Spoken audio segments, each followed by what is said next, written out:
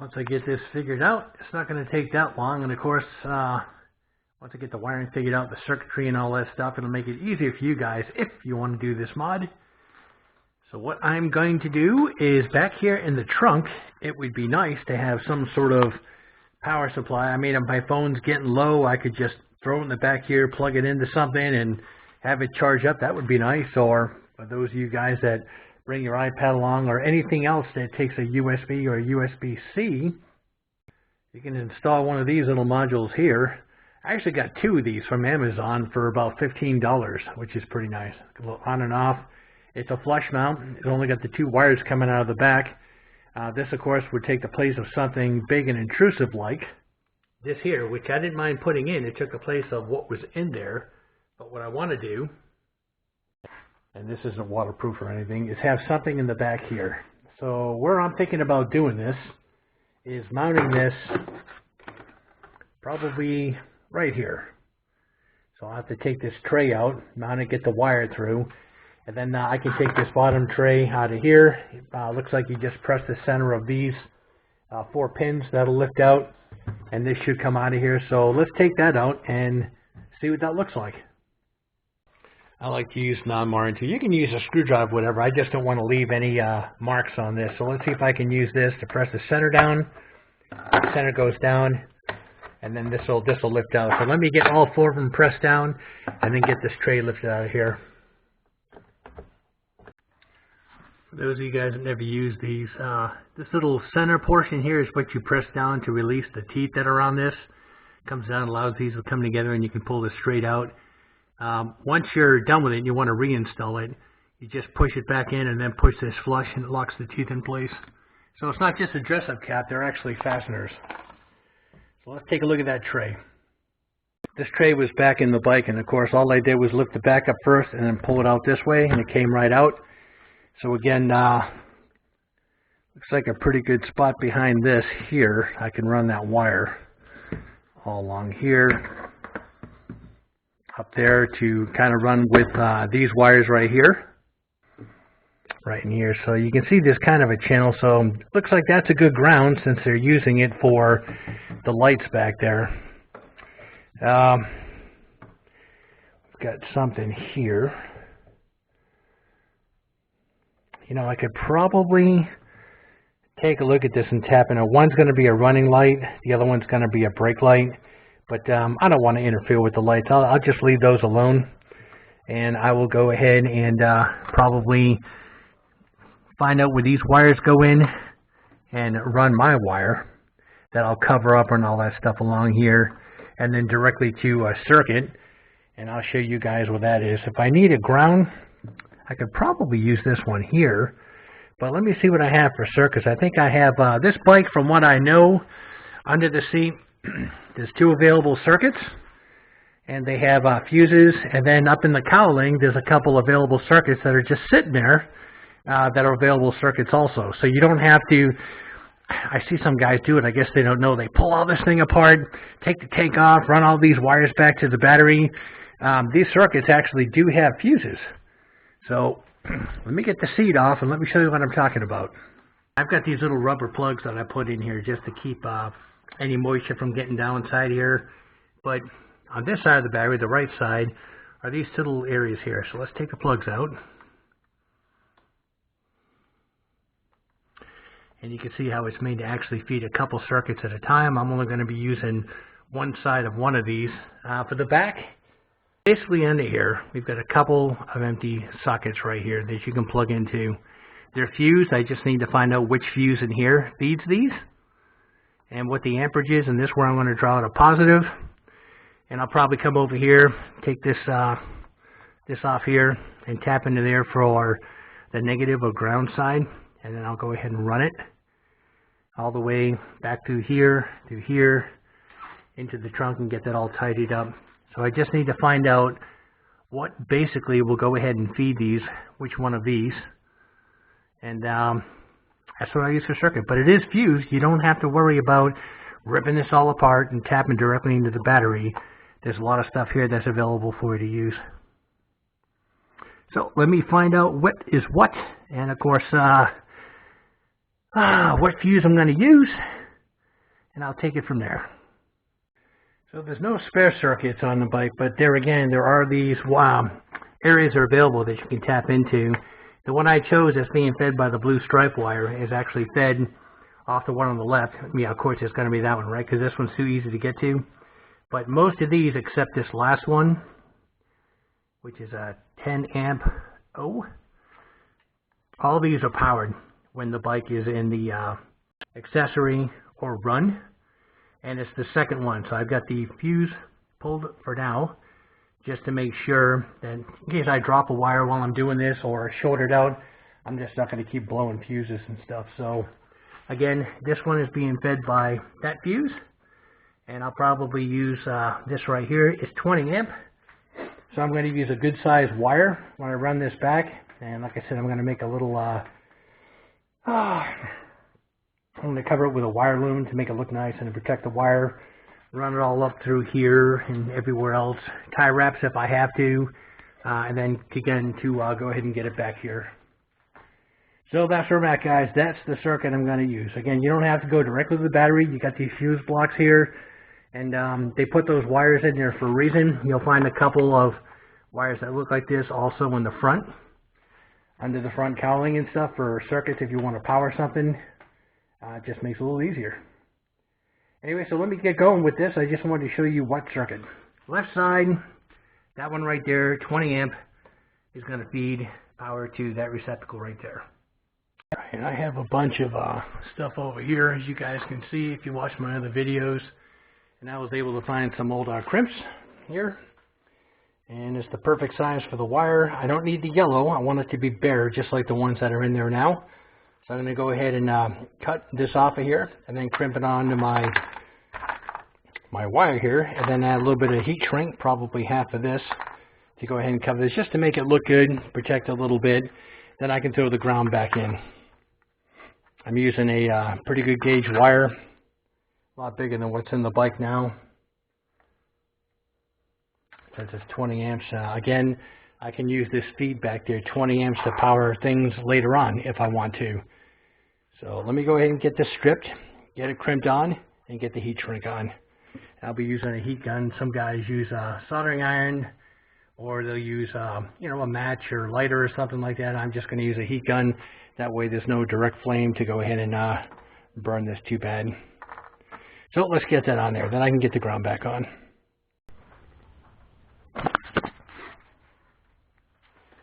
If you guys want a nice tight fit on the heat shrink, and that way it sizes perfectly to go ahead and bite down on the wire.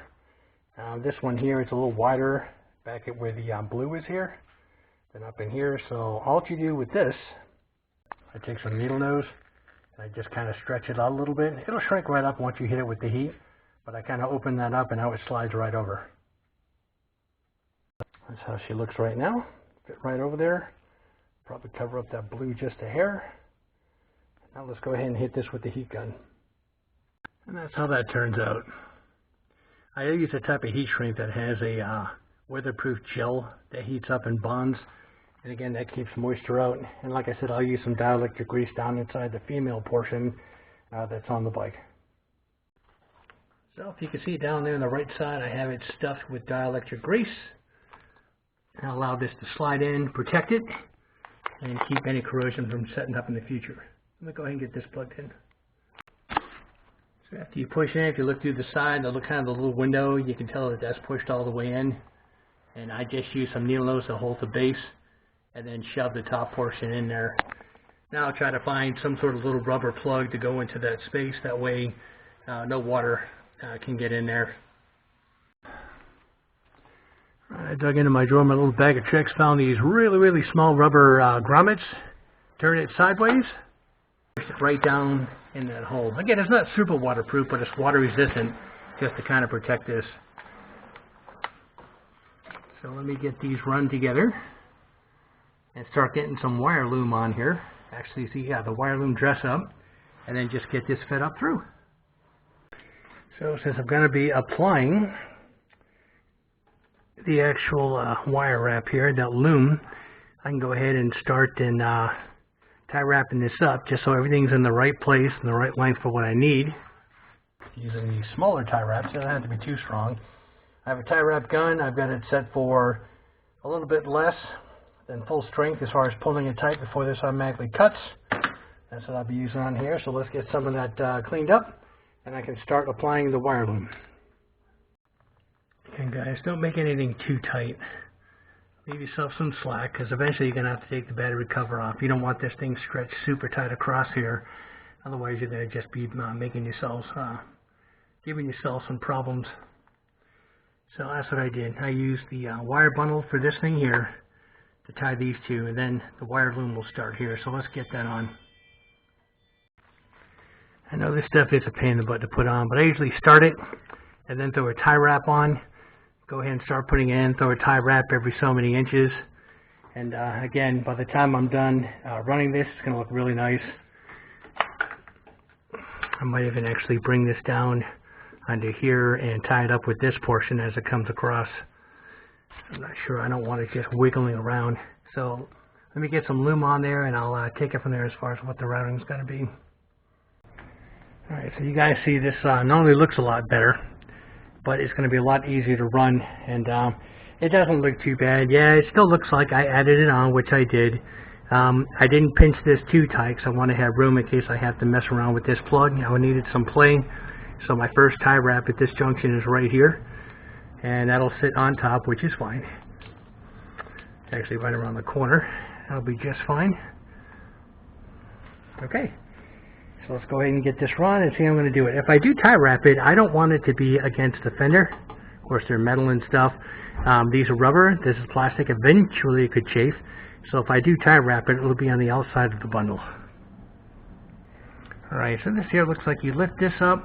This portion back here you can lift up, and I believe this opens up, and I think there's enough room to squash this down inside there. So let me see if it does. If not, worst case scenario, I'll just close this back up. Alright, so I'll probably add a tie wrap right here.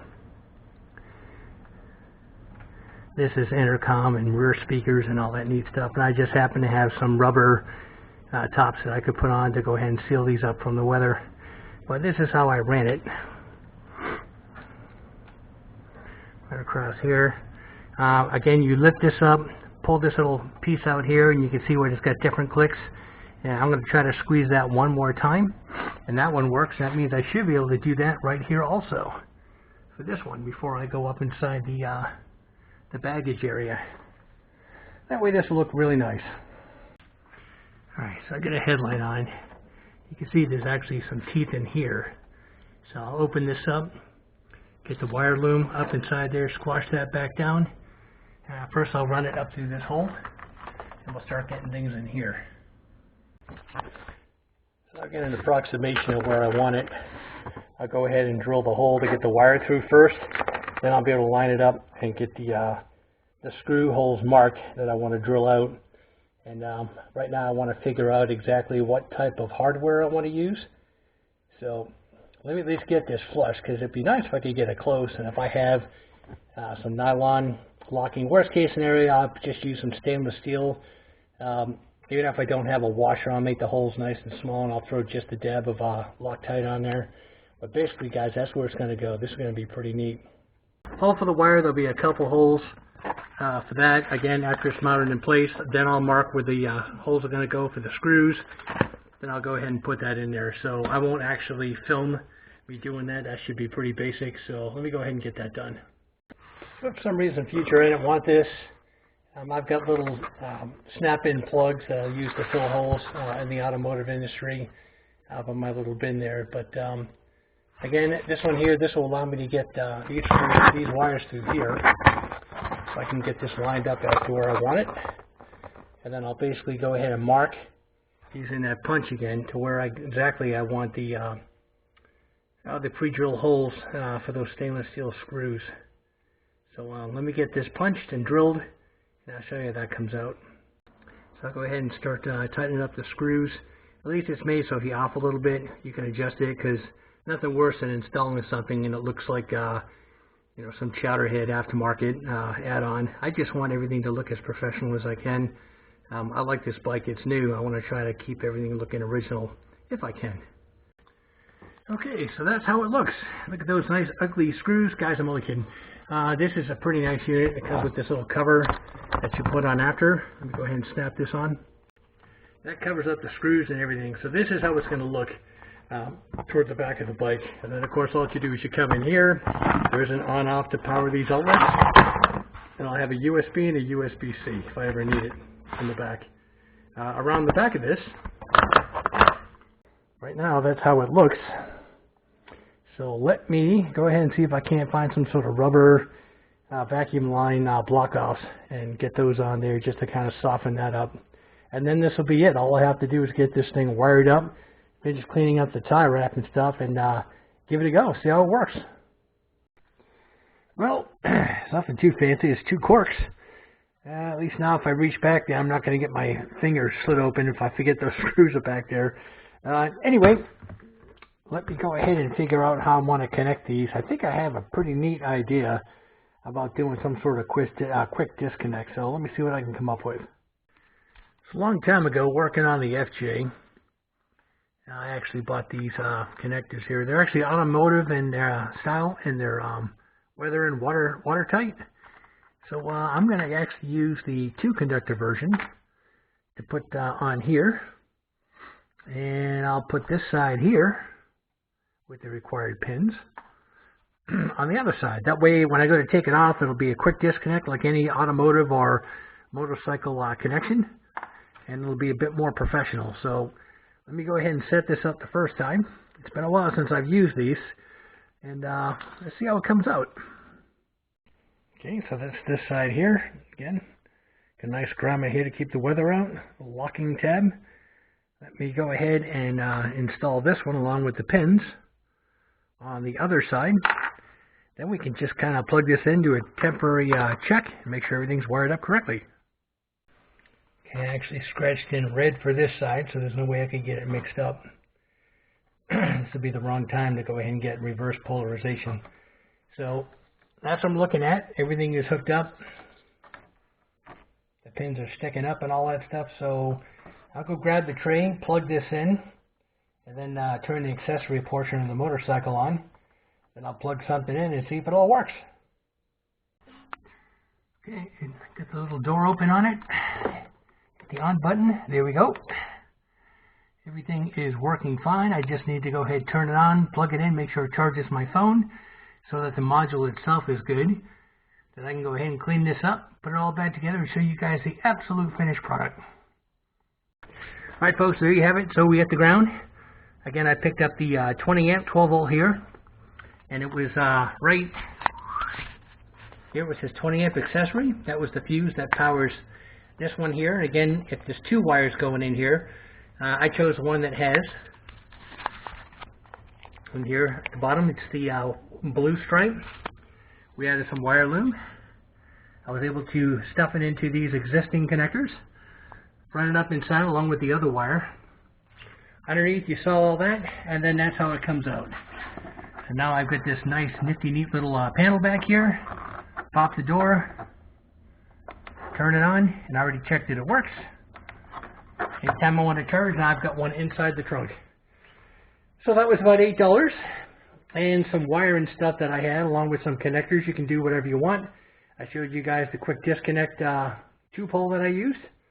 And now I can basically put this all back together, and that is it. So you know what to do: like, subscribe, hit that bell notification for future content. I'll go ahead and get this on YouTube just as quickly as I can. Thanks for watching the video.